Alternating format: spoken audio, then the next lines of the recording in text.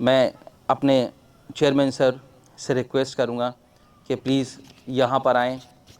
हम सब जानते हैं कि इंडिपेंडेंस डे है। मैं अपने सर से गुजारिश करूँ कि 2 मिनट माइक पर आएँ और 2 अच्छी बातें हम सब से करें इस पावन अवसर पर। Please sir, clap all of you, please put your hand. Thank you, thank you very much, thank you a lot. Photo ले लो, वेरी गुड मॉर्निंग, फोटो ले लो जल्दी सर। वेरी गुड जल्दी मॉर्निंग। जल्दी। जवान लोग बैठे हैं, एक बार और जोर से फोटो ले बोलेंगे। लो ना, दैट्स फोटो लो इट, जल्दी सर। ग्रेट। ओके, संस्कृत में इसको कहते हैं सुप्रभातम। क्या कहते हैं? हाँ, फिर से ज़रा एक बार लय में बोलें, सुप्रभातम। दैट्स इट, है ना? ओके, एक और छोटा सा संस्कृत का एक श्लोक पढ़ रहा हूँ आपको। है तो आज़ादी का महोत्सव, लेकिन छोटा सा एक हम लोग पहले उसको बात कर लेंगे, फिर उसके बाद हम लोग थोड़ा सा और समय आपका हमको चाहिए होगा, राइट? वंदे परमेश्वरम, परमेश्वर की मैं वंदना करता हूँ, परमेश्वर की मैं तारीफ़ करता हूँ, ऑलमाइटी गॉड को मैं प्रेज़ करता हूँ। विष्णु आनंद स्वरूपम, विष्णु के स्वरूप में परम आनंद है। विष्णु कहते हैं पालनहार को, जो आपको पालता पोसता है, राइट? उसकी हम क्यों वंदना कर रहे हैं? इसलिए वंदना कर रहे हैं कि उसने हमारे और आपके लिए, मीन्स हमारे और आपके जीवन को गुजारने के लिए उसने सारा इंतज़ाम करके पहले से रखा हुआ है, राइट? अभी आप देखो, फॉर एग्ज़ाम्पल, अभी मैं अपने माँ के पेट में था अब से 52 साल पहले।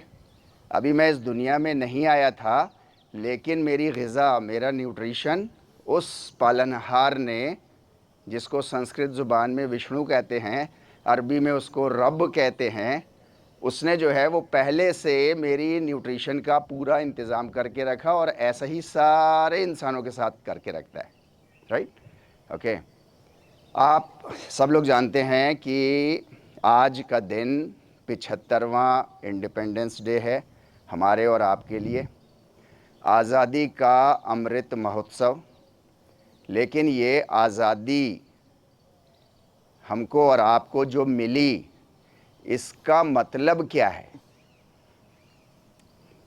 शेयर कर रहा हूँ मैं बस आपसे, जो मैं समझा वो मैं आपसे शेयर कर रहा हूँ। आज़ादी का मतलब है कि हमको किसी बाहरी ताकत ने, थोड़ा सा गौर से सुनेंगे, बाहरी ताकत ने हमारे ऊपर, हमारे जीवन के ऊपर कब्ज़ा कर लिया था, राइट? हम बाहरी किसी ताकत ने हमारे जीवन के ऊपर कब्ज़ा कर लिया था, और अपनी मर्ज़ी के मुताबिक वो हमारे जीवन को जीने दे रहा था, हमारे जीवन को अपनी मर्ज़ी के मुताबिक जीने दे रहा था, वरना अलाउ ही नहीं कर रहा था कि अपनी मर्ज़ी से तुम जी लो। क्या ये बात ठीक है? ऐसा ही था? That's it. आज़ादी इस बात की मिली कि वो बाहरी ताकत हमारे जीवन से हटे, जिसको हम ब्रिटिश पावर कहते हैं, ब्रिटिश एम्पायर कहते हैं। उसके लिए लोगों ने बेइंतहा कोशिश की, रातें अपनी हराम कर ली, डिस्टेंसेस उन्होंने कई 100 किलोमीटरों के पैदल रातों में चलते हुए गुजारे, जाने दी, तब जाकर के हमको और आपको वो आज़ादी आज मिली, जिसका हम 75वां दिन आज की डेट में हम लोग मना रहे हैं। लेकिन सवाल ये पैदा होता है, क्या सच में वो आज़ादी मिल गई? आज़ादी से मिलने का मतलब ये है कि हमको ग़ुलामी से हटा करके हमको एक रेस्पॉन्सिबल सिटीज़न का ओहदा मिल गया, राइट और रॉन्ग? Right, okay. ग़ुलामी से हट करके अब हमको एक रेस्पॉन्सिबल सिटीज़न का ओहदा मिल गया। आज़ादी का मतलब ये, यही मतलब है टोटल। एक सेंटेंस में अगर हम और आप बोले, रेस्पॉन्सिबल, ये जो वर्ड है रेस्पॉन्सिबल, मैं बार बार उसको अंग्रेजी में इस्तेमाल कर रहा हूँ क्योंकि डिफरेंट लैंग्वेजेस की अपनी कुछ खासियतें होती हैं और वो अपने कुछ वर्ड्स रखती हैं। उन वर्ड्स में हमको बात बहुत अच्छे से समझ में आती है, वरना मैं कह तो सकता था जिम्मेदारी भी, कि जिम्मेदार सिटीज़न, लेकिन जिम्मेदारी से वो बात उतनी नहीं समझ में आती जितनी रेस्पॉन्सिबल से समझ में आती है। रेस्पॉन्सिबल का मतलब होता है किसी चीज़ का रेस्पॉन्स देना, किसी चीज़ का जवाब देना। अब वहाँ से बात आई कि किसी चीज़ के प्रति जिम्मेदार होना, लेकिन हम लोग रेस्पॉन्सिबल वर्ड ही इस्तेमाल कर रहे हैं। किसी भी बात का रेस्पॉन्स देना। हमको ग़ुलामी से तो आज़ादी मिल गई, अब सवाल ये है कि रेस्पॉन्स हमको और आपको किस चीज़ का देना है। रेस्पॉन्स हमको और आपको किस चीज़ का देना है? हमारे और आपके जीवन में, प्लस हमारे और आपके समाज में जहाँ हम रहते हैं, वहाँ पर जो भी परेशानियाँ हैं उनको रेस्पॉन्ड करना है, उनके प्रति हमें ज़िम्मेदार होना है, जागरूक होना है। हर बात के लिए हम सरकार की तरफ आंख उठा के नहीं देख सकते। हम रेस्पॉन्सिबल सिटीज़न हुए हैं। आज़ादी हर भारतीय को मिली है, सिर्फ सरकार को नहीं मिली। और सरकार कोई चीज़ नहीं होती है, कोई बिल्डिंग नहीं होती, कोई फिजिकल स्ट्रक्चर नहीं होता, बल्कि हम ही लोगों में से कुछ लोग होते हैं जिनको हमने ही और आपने ही चुन करके उस पोजीशन पे भेजा होता है। अदरवाइज वो हमारे ही आपके बीच के लोग होते हैं। इजंट इट राइट और रॉन्ग? Right, okay. सरकार का काम है रिसोर्सेज को तमाम सिटीजन्स की फलाह के लिए, उनके जीवन को आसान से आसान बनाने के लिए सारे रिसोर्सेज को मैनेज करना, ये उनका काम है, राइट। लेकिन वो हर सिटीज़न के कंट्रीब्यूशन के बगैर नहीं कर सकते। मैं और आप as a citizen, responsible citizen, अपनी परेशानियां प्लस दूसरे की परेशानियां, उनको रेस्पॉन्ड करेंगे तो आप एक रेस्पॉन्सिबल सिटीज़न बनेंगे, तो मैं एक रेस्पॉन्सिबल सिटीज़न बनूंगा, राइट। योग का लक्ष्य कतई ये नहीं है, इस बात को तो आप दिमाग से किसी भी तरीके से निकालिए, लेकिन निकाल दीजिए कि योग का परम लक्ष्य, अल्टीमेट एम, योग का ये नहीं है कि आपकी फिजिकल बॉडी बिल्कुल अच्छी हो जाए। No, not at all. मैं फिर से कह रहा हूं, योग का अल्टीमेट एम ये नहीं है कि आपकी फिजिकल बॉडी, मेरी फिजिकल बॉडी बिल्कुल अच्छी हो जाए। No, not at all. योग का अल्टीमेट एम क्या है? वो ये कि मैं अपना भी भला करूं और तमाम इंसानियत का भला करूं, और इन दो भलों को एक ही भला समझूं। मैं फिर से बोले देता हूं आपसे, मैं ऐसे कर्मों को चुनूं, अनलिमिटेड कर्म है, अनलिमिटेड काम है दुनिया में, अनलिमिटेड कर्मों में से ऐसे कामों को सिर्फ चुनूं जो मेरे जीवन को भी डेवलप करें और तमाम इंसानियत को भी, उनके भी जीवन को डेवलप करें। ये योग का अल्टीमेट एम है। इस काम को करने के लिए, इस जिम्मेदारी को निभाने के लिए आपको एक बहुत ही लोहे की तरह की बॉडी चाहिए, बहुत शार्प माइंड चाहिए, जिसके लिए योग आपको आसन भी करवाता है, आपको प्राणायाम भी करवाता है, आपको जो है वो धारणा भी, ध्यान भी, समाधि भी, वो सब करवाएगा। लेकिन अल्टीमेट एम उसका जो है वो ये कि आप अपना भी भला करिए और साथ में दूसरों का भी भला करिए। और ये दो भले कोई दो भले नहीं हैं, ये बल्कि एक ही भला है, ये एक ही अच्छाई है। इस बात को हम और आप जितनी जल्दी समझ लें, हमारे और आपके जीवन के लिए उतना अच्छा है।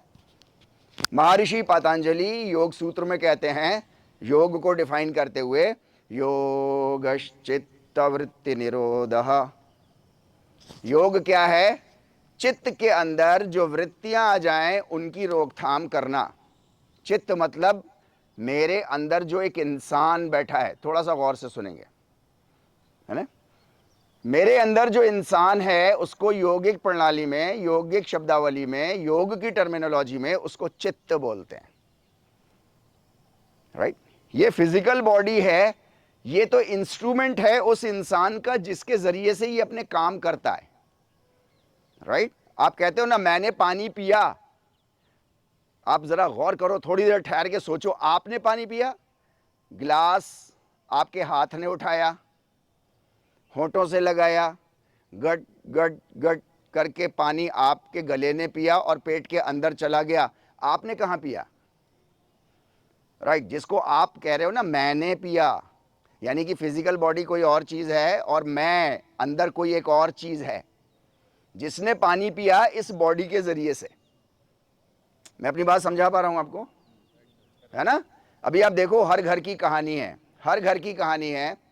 अगर आपको ये लगे, आपको अभी 1 घंटे बाद मालूम चले कि मेरा नाम तारिक है और आपको ये मालूम चले कि तारिक साहब की डेथ हो गई, ओके फाइन, आपको अफसोस होगा कि अभी तो हमारे साथ थे, बात कर रहे थे, किसी कारणवश जो है वो उनकी डेथ हो गई। आप मेरे घर पे भागते हुए आओगे, सब लोग एक दूसरे को आप फोन करोगे। आप देखो पूरी दुनिया में किसी भी लैंग्वेज में, चाहे जापानी हो, चाइनीज हो, चाहे अफ्रीका के जंगलों का हो, सब लोग अपने साथियों को, एक दूसरे को फोन करके ये कहेंगे कि तारिक साहब ने इस शरीर को छोड़ दिया, तारिक साहब इस दुनिया से चले गए। क्या ऐसे ही कहते हैं? Isn't it? ओके। अभी आप देखो तारिक साहब कहां चले गए? तारिक साहब तो यहां लेटे हुए हैं। नहीं, ये तो उनका पार्थिव शरीर लेटा हुआ है। तारिक साहब कोई अंदर थे, वो तारिक साहब चले गए। बाबा जी ने शरीर छोड़ दिया। उर्दू जुबान में इसको ज्यादा अच्छे तरीके से कहा जाता है कि उनका इंतकाल हो गया। सुना है आप लोगों ने ये वर्ड? ओके, इंतकाल हो गया। इंतकाल का मतलब होता है एक जगह से दूसरी जगह ट्रांसफर हो जाना। इंतकाल का मतलब मरना नहीं, इस बात को अच्छे से समझ लें। इंतकाल का मतलब एक जगह से दूसरी जगह ट्रांसफर हो जाना। मैंने आपसे कहा ना, हर जुबान की अपनी कुछ खासियतें हैं और वो बड़े खास वर्ड्स में कुछ बात कहता है, तभी हमें वो बात समझ में आती है। जैसे रेस्पॉन्सिबल, जैसे इंतकाल, जैसे विष्णु, है ना। ये अंदर मेरे एक इंसान था, ये उसकी पहचान के लिए ये शरीर उसको दिया गया था और इस शरीर के जरिए से वो अपने कामों को चुनता था, करता था और उसका नतीजा फिर हमको और आपको इस जीवन में मिलता था, राइट। मुझको ऐसे कर्म चुनने हैं, योग ये कहता है मुझे ऐसे कर्म चुनने हैं जो मेरे भी फायदे के हों और तमाम इंसानियत के फायदे के हों, ऐसे कर्म। और ये कोई 2 काम नहीं है, ये एक ही काम है। उसके लिए शरीर स्ट्रांग होना चाहिए, उसके लिए दिमाग बहुत तेज तर्रार आपका होना चाहिए, राइट। आपके समाज में, आपके जीवन में भी बहुत सारी परेशानियां होंगी और मैं अल्लाह सुब्हानो तआला से इस बात की दुआ करता हूं, आप लोग भी दुआ करते ही होंगे अपने लिए और दूसरों के लिए भी करते होंगे कि हम सब की परेशानियां हमारे जीवन से दूर हो जाएं, राइट। आप में से आमीन कितने लोग कहेंगे? ओके, इस आमीन को संस्कृत जुबान में तथास्तु कहते हैं, ऐसा ही हो। आमीन का मतलब भी होता है ऐसा ही हो। मैं 2 लैंग्वेजेस इसलिए इस्तेमाल कर रहा हूं क्योंकि लैंग्वेज की सबसे ज़्यादा भ्रांति है। लैंग्वेज समझ में आ जाए तो बहुत सारी मसले ऐसे ही यूं ही हल हो जाते हैं 80% तो। ओके, अभी देखिए क्या बात हो रही है कि हमारे और आपके जीवन में बहुत परेशानियां, समाज में भी बहुत परेशानियां। मैं उनमें से एक बहुत इंपॉर्टेंट परेशानी जिसकी तरफ हम में से ज़्यादातर का ध्यान नहीं गया होगा, मैं उसके बारे में आपसे बात कर रहा हूं। अलीगढ़ में हम लोग रहते हैं। अलीगढ़ डिस्ट्रिक्ट की पॉपुलेशन करीब 13 लाख है। कितनी है? 13 लाख अराउंड। एग्जैक्ट गिनती तो नहीं मुझे पता, लेकिन आप अलीगढ़ की वेबसाइट खोलेंगे तो आपको उसमें वो मिलेगी, राइट। एक एनजीओ है खिदमत ग्लोबल चैरिटेबल ट्रस्ट, उसका एक मेंबर हूं छोटा सा मैं। हम लोगों ने एक छोटी सी ऑफ हैंड एक सर्वे किया कि अलीगढ़ के अंदर भूख का क्या स्टेटस है, भूख, हंगर का क्या स्टेटस है। 7-8 दिन में जब हम लोगों की, ऑफ हैंड कह रहा हूं मैं, वो रिसर्च है, उसका जो रिजल्ट आया उसने मुझे तो एटलीस्ट जो है वो कपकपा दिया। अलीगढ़ में रोज रात को करीब 2.25 लाख लोग भूखे सोते हैं। जी, आप में से कितने लोग हैं जो एक रात डाइटिंग के अलावा या किसी बीमारी की वजह के अलावा कभी आप भूखे सोए हों? कोई नहीं सोया होगा। भूख का जो दर्द होता है, वो दर्द हमने और आपने अपने जीवन में आज तक नहीं महसूस किया। किसी बिजनेस की ट्रिप में भूखे रह गए हों, वो एक अलग मसला है नहीं? वो इसलिए क्योंकि बिजनेस से फायदा होगा, बहुत पैसा आएगा, वही आनंद बहुत आ रहा है, भूख बर्दाश्त कर ली। लेकिन खाने को अगली बार भी नहीं मिलेगा, कोई कंफर्मेशन नहीं है। 2.25 लाख लोग रोज रात में भूखे सोते हैं। क्या हमको और आपको अपने समाज के, अब देखिए योग का क्या प्रिंसिपल है, अपना भी भला करो, अपनी भी भूख मिटाओ। मैं एक एग्जाम्पल ले रहा हूं बस, अपनी भी अच्छे से भूख मिटाओ और दूसरों की भी भूख मिटाओ, ऐसे कर्म चुनो। अगर इन परेशानियों से हमको और आपको आज़ादी नहीं मिली तो आप ये समझ लीजिए बहुत अच्छे से कि हम अभी भी गुलाम हैं, अभी भी हमारी जिंदगियां रिस्ट्रिक्टेड हैं, अभी भी हम कहीं ना कहीं अपने मेंटल बैरियर में कहीं हमारी और आपका जीवन रुका हुआ है। योग हमको ये सिखाता है चित्ता वृत्ति निरोधः। वृत्ति कहते हैं व्रत को, व्रत है सर्किल होता है ना। आपका चित्त, आपके अंदर जो इंसान है, ये व्रत में नहीं रहना चाहिए। व्रत मतलब सर्किल में नहीं रहना चाहिए, मतलब यहां से शुरू किया, घूमे, फिर वहीं आ गए, फिर शुरू किया वहां से, घूमे, फिर वहीं आ गए, फिर आपने घूमा, फिर शुरू किया, फिर वहीं आ गए। नहीं, बल्कि रोज हर स्टेप एक कदम आगे और आगे और आगे और आगे, राइट। मैं आधे घंटे अगर ऐसे ऐसे गोल गोल घूमता रहूं तो मैंने कितना डिस्टेंस कवर किया। उसके अलावा आप आधे घंटे ज़रा पैदल चलो, स्ट्रेट सीधे मार्ग पे, कहते हैं ना सीधा मार्ग, है ना, तो सीधे मार्ग पे चलो तो आप कितना डिस्टेंस कवर कर लोगे, राइट। महर्षि पतंजलि क्या कह रहे हैं, योगश चित्ता वृत्ति निरोधः। अपने चित्त को, तुम्हारे अंदर जो इंसान है, इसको वृत्ति में नहीं फांसना, वृत्त में नहीं फांसना। यानी क्या कह रहे हैं वो कह रहे हैं कि आप इंसान हो और आपके कोई 2 दिन एक से नहीं होने चाहिए। आज का दिन आपका जैसा भी गुजरे, इससे अच्छा कल का दिन गुजरना चाहिए। अगर आपने छोटा सा भी अगर डेवलपमेंट किया तो आप इंसान की कैटेगरी में हो, और अगर आपका जीवन वही गुजर रहा है, वही गुजर रहा है, वही गुजर रहा है, वही गुजर रहा है, तो ये तो जानवरों का जीवन होता है। जो बकरी आज थी वही कल रहेगी, वही परसों रहेगी, 7,000 साल से वही बकरी है, इज़न्ट इट? क्या इंसान भी वही है? 10,000 साल पहले हमारे पूर्वज गुफाओं में रहते थे, गारों में रहते थे, आज डेवलप होते होते ऑनलाइन क्लासेस कर रहे हैं, मार्स पे जा रहे हैं, इज़न्ट इट? ऐसा ही है। इंसान का काम है रोज के हिसाब से डेवलप करना। योग का संदेश है, आपके कोई 2 दिन एक से नहीं गुजरने चाहिए। चाहे आप बिजनेस करते हो, उसमें क्वालिटी हर रोज बढ़नी चाहिए। आप स्टूडेंट हो तो आपकी स्टडी में, आप अगर होम मेकर हो, होम मेकर, हाउसवाइफ नहीं।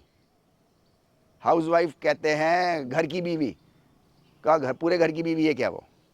नहीं, होम मेकर है, घर को बनाने वाली है। शब्दों का हमारे ऊपर बहुत असर पड़ता है, शब्द हमारे विचार बनाते हैं। शब्दों का चयन, चॉइस बहुत अच्छी आपके जीवन में, मेरे जीवन में होनी चाहिए। होम मेकर हैं तो आज मेरा घर जैसा भी अच्छा था, इससे अच्छा कल का घर होना चाहिए। योग हमको ये सिखाता है। कहने के लिए बहुत सारी बातें होती हैं, लेकिन मैं आप लोगों को 75वें इंडिपेंडेंस डे पे एक बार फिर से मुबारकबाद देता हूं, इस ट्रू सेंस के साथ कि आज हम ये प्लेज लें कि हम ऐसे कर्म चुनेंगे जो मेरे लिए भी फायदेमंद होंगे और तमाम मानवता के लिए फायदेमंद होंगे। और ये दो फायदे, एक ही फायदा हमेशा इसको समझूंगा, इसको मानूंगा निष्ठापूर्ण तरीके से। क्या इस बात को मानने के लिए आप लोग तैयार हैं? योग की इस बात को कौन कौन तैयार है वो हाथ उठा दे अपना। मैं तो तैयार हूं। अच्छा, जिसको देखो वो हाथ उठा रहा है तो मतलब क्या हुआ इसका? Okay, down. Thank you very much. Okay, अभी हम लोग जो हैं वो खड़े हो जाएंगे अपने गणतंत्र उसके लिए, और फिर उसके बाद हम लोग 75वें इंडिपेंडेंस डे की खुशी में हम लोग जो है वो मिठाई खा के यहाँ से जाएंगे। अटेंशन पोजीशन में आ जाइए सब, एवरीबॉडी, राइट। थोड़ा सा एड़ी मिला लीजिए, थोड़ा सा पंजा खोल लीजिए, हल्का सा स्ट्रेट सामने देखेंगे। ये एक आसन है जिसको हम लोग दंडवत आसन कहते हैं। ये लेट के भी होता है, ये खड़े होके भी होता है, ठीक है। सावधान पोजीशन है हमारी। हम सब लोग राइट हैंड से रिसीव करेंगे। भारतीय संस्कृति में राइट हैंड अच्छे कर्मों का द्योतक है, लेफ्ट हैंड बुरे कामों का है। बुरा काम होता नहीं है। फॉर एग्जाम्पल, आप टॉयलेट जाते हो, बुरा काम नहीं होता। अगर पॉटी फंस जाए ना, शुशु फंस जाए, अमेरिका तक इलाज के लिए भागोगे करते हुए, है ना? शाबाश। तो बुरा नहीं है वो काम, लेकिन बुराई में समझा जाता है उसको, इसलिए हम लोग राइट हैंड से इसको रिसीव करेंगे, ठीक है नहीं? Thank you.